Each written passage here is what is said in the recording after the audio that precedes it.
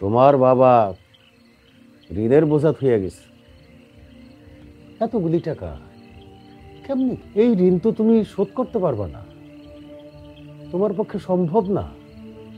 আর ঋণের শাস্তি হইল গিয়া বড় শাস্তি। তুমি কি চাও তোমার বাবা কবরে গিয়া এই ঋণের আযাব ভোগ করুক? তার চেয়ে বরং আমি যেটা কই সেটা শুনো। তুমি যদি সীমারে বিয়া করো তাইলে আমি তোমার বাবার এই ঋণ মাফ করে দিতে পারি। আরে একভাবে না একভাবে এই ঋণ তো শোধ করতেই হইব। বাপের ঋণের বোঝা শোধ করার দায় দায়িত্ব ছেলে মেয়ে। তাইলে তোমার বাবা কবরে গিয়েও শান্তি পাইবে। চাচা আমারে আর কয়টা দিন সময় দেন।